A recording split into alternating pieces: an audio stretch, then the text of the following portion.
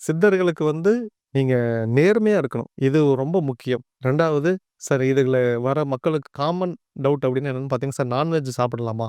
அப்படின்னா, நீங்க இப்ப ஞாயித்துக்கிழமை நீங்க ஒரு 10 மணிக்கு நான்வெஜ் சாப்பிடுறீங்கன்னு வச்சுக்கோங்களேன். காலையில 5 மணிக்கு மந்திரம் சொல்லிட்டு, அதன் பிறகு மந்திரம் சொல்லாதீங்க.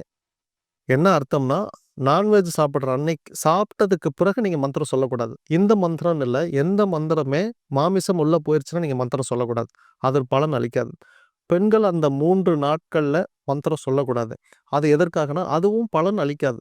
இது ஏதாவது உடல்ல தீங்கு விளைவிக்குமானா, தீங்கு விளைவிக்காது. நீங்க உச்சாடனம் பண்ணுனதுக்கான நற்பலன் எதுவுமே உங்களுக்கு கிடைக்காது. அப்படினால, அந்த வேலைய நீங்க செய்யாம இருக்கிறதே நல்லது. பெரிய காரியம் ஆயிருச்சு. வீட்ல ஒரு இறப்பு காரியம் ஆயிருச்சுன்னா என்ன பண்ணலாம் அப்படின்னா, நம்ம சொந்த பந்தங்கள்லாம் நெருங்கிய ரத்த சொந்தம் அப்படின்னா, நீங்க 16 நாள் கழிச்சு பண்ணுங்க. இல்ல சார் தூரத்து சொந்த பங்காளிகள் அப்படின்னாலே, ஒரு 8 நாள் கழிச்சு இந்த மந்திரத்த நீங்க சொல்லலாம். ஆனா, பெட்ல உட்காந்து மந்திரம் சொல்லக்கூடாது. மேக்ஸிமம் இந்த லுங்கி, நைட்டி இத அணிவதெல்லாம் நீங்க தவிர்த்துருங்க. கடவுள்னாலே நீங்க குளிச்சுட்டு சுத்தபத்தமா ஒரு வேஷ்டி கட்டிங்க. துண்டு கூட கட்டிக்கோங்க. எனக்கு ஓகே. வேஷ்டி கட்டிட்டு இந்த மந்திரத்த சொல்லுங்க. ஆ படுக்கிற பாய் மேல உட்காந்து மந்திரம் சொல்லாதீங்க. இதுக்குன்னு ஏதாவது விரிப்பு வச்சுக்கோங்க. அந்த விரிப்பு இல்லன்னா தர்பை புல் மேட் கடைகள்ல கிடைக்கும். அந்த பாய் வாங்கி நீங்க அது மேல உட்காந்து மந்திரம் சொல்றது ரொம்ப நல்லது.